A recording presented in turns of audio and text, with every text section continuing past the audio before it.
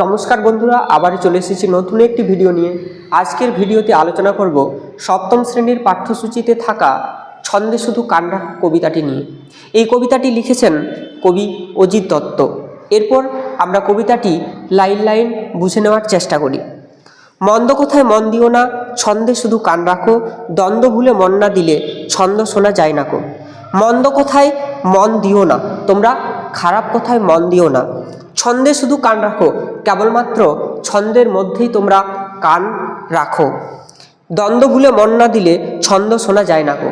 দ্বন্দ্ব যদি আমরা না ভুলি তাহলে আমরা কখনোই ছন্দের প্রতি কান দিতে পারবো না।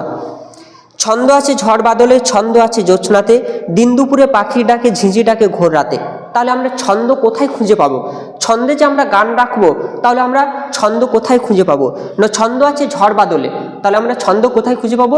ঝড় বাদলের মধ্যে আমরা ছন্দ খুঁজে পাবো। এছাড়া আমরা ছন্দ কোথায় খুঁজে পাবো? না, জ্যোৎস্নাতে আমরা ছন্দ খুঁজে পাবো। তাছাড়া দিন দুপুরে পাখির ডাকে, ঝিঁঝি ডাকে ঘোর রাতে, দিন দুপুরে পাখির ডাকের মধ্যেও আমরা ছন্দ খুঁজে পাবো।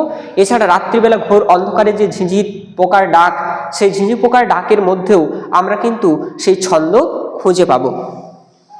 তারপরে কবি কি বলছেন যে নদীর স্রোতে ছন্দ যদি মনের মাঝে শুনতে পাও, দেখবে তখন তেমন ছড়া কেউ লেখেনি আর কোথাও।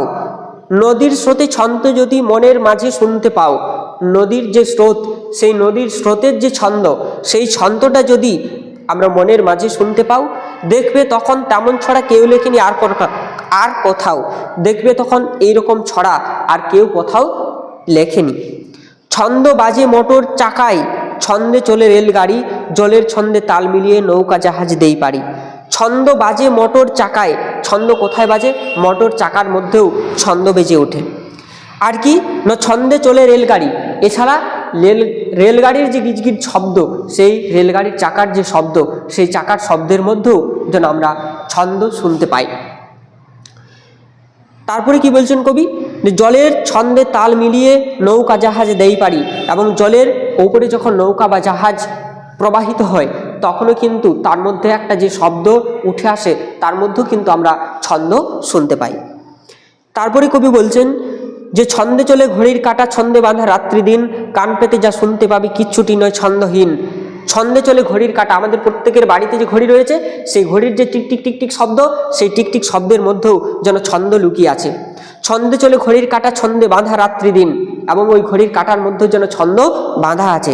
এছাড়া ছন্দে বাঁধা রাত্রি দিন, আমাদের যে দিন রাত্রি, সেই দিন রাত্রির মধ্যেও যেন কোথাও না কোথাও ছন্দ বাঁধা আছে। কান পেতে যা শুনতে পাবি কিচ্ছুটি নয় ছন্দহীন, তুমি যেখানেই কান পাতবে সেখানেই তুমি ছন্দ শুনতে পাবে। কান পেতে যা শুনতে পাবে কিচ্ছুটি নয় ছন্দহীন, কান পেতে তুমি যা শুনতে পাবে তার মধ্যে কোথাও না কোথাও যেন ছন্দ লুকিয়ে আছে। সকল ছন্দ শুনবে যারা, কান পেতে আর মন পেতে, চিনবে তারা ভুবনটাকে ছন্দ সুরের সংকেতে। সকল ছন্দ শুনবে যারা, সমস্ত কিছু ছন্দ যারা শুনবে কি করে? কান পেতে আর মন পেতে। তাহলেই তারা এই বিশ্ব ভুবনকে, এই ধরিত্রীকে তারা কি করবে? ছন্দ সুরের সংকেতের মধ্য দিয়ে তারা পৃথিবীকে জানতে পারবে, তারা ভুবনটাকে চিনতে পারবে। মনের মাঝে জমবে মজা, জীবন হবে পদ্যময়। তখনই কি হবে? আমাদের মনের মাঝখানে অনেক আনন্দ জমা হবে, অনেক মজা জমা হবে, জীবন হবে পদ্যময়, এবং আমাদের জীবনটা হয়ে উঠবে অনেক আনন্দমুখর, অনেক পদ্যময়। কান্না দিলে ছন্দে যেন পদ্য লেখা সহজ নয়। আমরা যদি ছন্দের প্রতি কান্না দিই তাহলে কিন্তু আমাদের কাছে পদ্য লেখাটা সহজ হয়ে উঠবে না, আমাদের কাছে কিন্তু কবিতা লেখাটা সহজ হয়ে উঠবে না। আজকের আলোচনা এই পর্যন্তই। খুব তাড়াতাড়ি নতুন একটি ভিডিও নিয়ে আসছি। ততক্ষণে সকলে ভালো থেকো, সুস্থ থেকো, পড়াশোনার সঙ্গে থেকো। ধন্যবাদ।